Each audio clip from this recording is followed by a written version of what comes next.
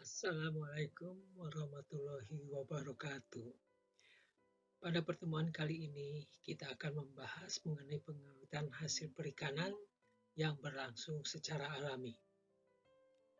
Seperti kita ketahui, pernah dijumpai mamut atau gajah purba yang ditemukan di kutub utara dalam keadaan utuh.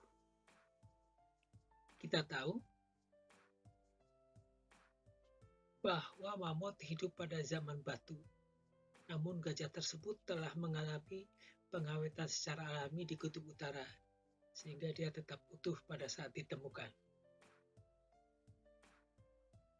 Pengawetan alami adalah proses pengawetan yang memanfaatkan sumber daya alami untuk mengawetkan ikan. Ikan menjadi lebih awet karena pertama, aktivitas enzimnya melambat atau enzim mengalami denaturasi. Kemungkinan kedua adalah mikroba kehilangan energi untuk mengatasi perbedaan dengan lingkungannya.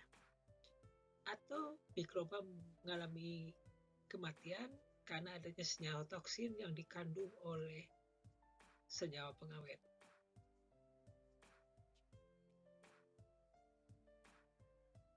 Proses-proses perubahan kimiawi tidak berlangsung karena kadar air daging ikan menurun, di mana kita ketahui bahwa proses kimiawi membutuhkan kadar air. Proses kimiawi juga tidak berlangsung karena enzim mengalami denaturasi. Seperti kita ketahui bahwa enzim merupakan prekursor yang dapat memicu reaksi kimiawi. Hal lain yang menyebabkan proses kimiawi tidak berlangsung adalah karena adanya senyawa antioksidan dari bahan pengawet, di mana senyawa ini akan mencegah terjadinya proses oksidasi. Pengawetan alami yang pertama adalah pengeringan. Pengeringan adalah proses pengawetan alami yang memanfaatkan perbedaan kelembaban antara daging ikan dengan udara di sekelilingnya, di mana kita ketahui bahwa air akan bergerak dari kelembaban rendah ke kelembaban tinggi.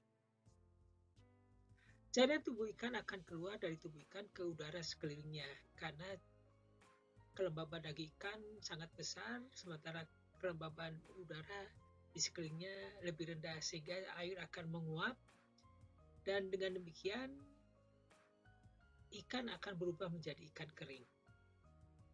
Karena ikannya menjadi ikan kering, maka mikroba tidak bisa hidup dengan baik karena kekurangan air, sementara enzim mengalami denaturasi. Kelemahan dari produk pengeringan adalah kemungkinannya terjadi dehidrasi, sehingga kadar air kembali meningkat. Kemudian mikrob jamur akan tumbuh, sehingga produk pengeringan akan mengalami kerusakan. Pengawetan alami selanjutnya adalah pemanasan, yaitu pengawetan alami yang memanfaatkan panas matahari atau api. Pengawetan dengan pemanasan dapat berlangsung karena pertama, panas akan menguapkan cairan daging ikan sehingga mikroba sulit beraktivitas pada daging ikan yang kadar airnya sudah menurun. Yang kedua, panas akan menyebabkan enzim daging dan enzim mikroba mengalami denaturasi, sehingga menyebabkan aktivitas mikroba menurun atau bahkan mikroba akan mati. Mikroba kelompok psikrofilik dan mesofilik akan mati karena meningkatnya suhu lingkungan. Berikutnya, kelemahan produk pemanasan adalah adanya kemungkinan rehidrasi dan rekontaminasi, sehingga proses ikan yang diproses dengan pemanasan juga dapat mengalami kerusakan.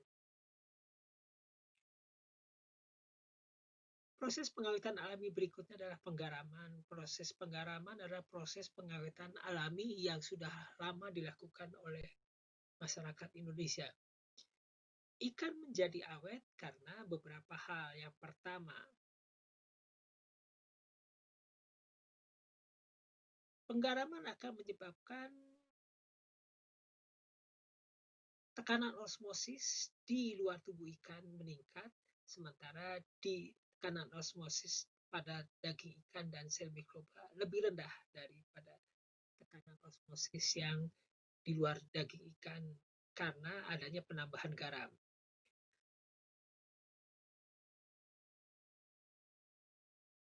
Sifat alami yang terjadi adalah akan terjadi perpindahan air dari daging ikan atau sel mikroba yang mempunyai tekanan osmosis rendah ke lingkungan bergaram yang mempunyai tekanan osmosis tinggi. Dengan berpindahnya air, maka daging ikan menjadi kering atau sel mikroba menjadi kering. Pada saat yang bersamaan, garam juga bisa berpindah ke dalam daging ikan atau sel mikroba, di mana ion-ion garam ini dalam bentuk NaCl, Na dan Cl itu merupakan antimikroba yang dapat meracuni mikroba pembusuk. Hal lain yang menguntungkan dari proses penggaraman adalah cita rasa yang khas pada produk penggaraman. Namun, kelemahan dari proses penggaraman adalah adanya kemungkinan terjadi rehidrasi sehingga kadar air kembali meningkat sehingga memungkinkan mikroba terutama jamur tumbuh dan menyebabkan kerusakan. Proses pengawetan alami berikutnya adalah penggulaan. Hampir sama dengan penggaraman, penggulaan ini menghambat aktivitas dan pertumbuhan mikroba pembusuk karena adanya perbedaan tekanan osmosis yang dilakukan oleh gula. Gula juga dapat membentuk cita rasa produk perikanan yang diolah dengan proses penggulaan, di mana kadar airnya menurun tetapi terasa rasa manis.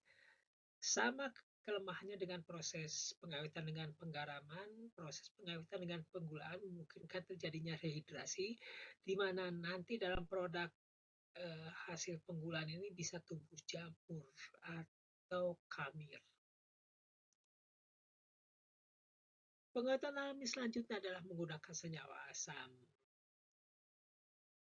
di mana senyawa asam merupakan senyawa pengawet yang akan menyebabkan ikan mengalami penurunan pH lingkungan sehingga mikroba pembusuk menjadi terganggu.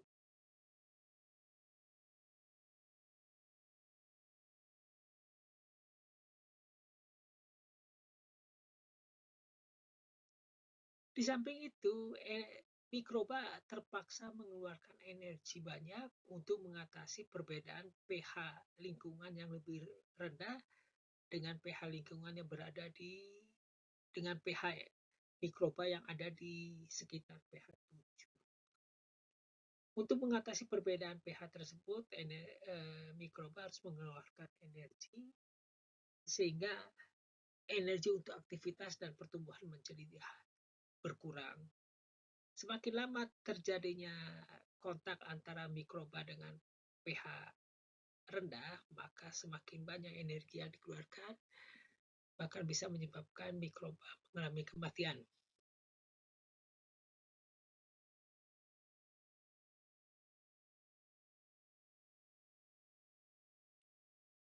Senyawa asam juga dapat mempertahankan warna daging ikan sehingga warnanya tetap baik. Pengawetan alami lainnya adalah pemanfaatan bahan-bahan nabati. Di sini bahan-bahan nabati ini mempunyai kandungan senyawa yang bisa berperan sebagai antimikroba, bisa menjadi antioksidan yang dapat menyebabkan makanan menjadi awet.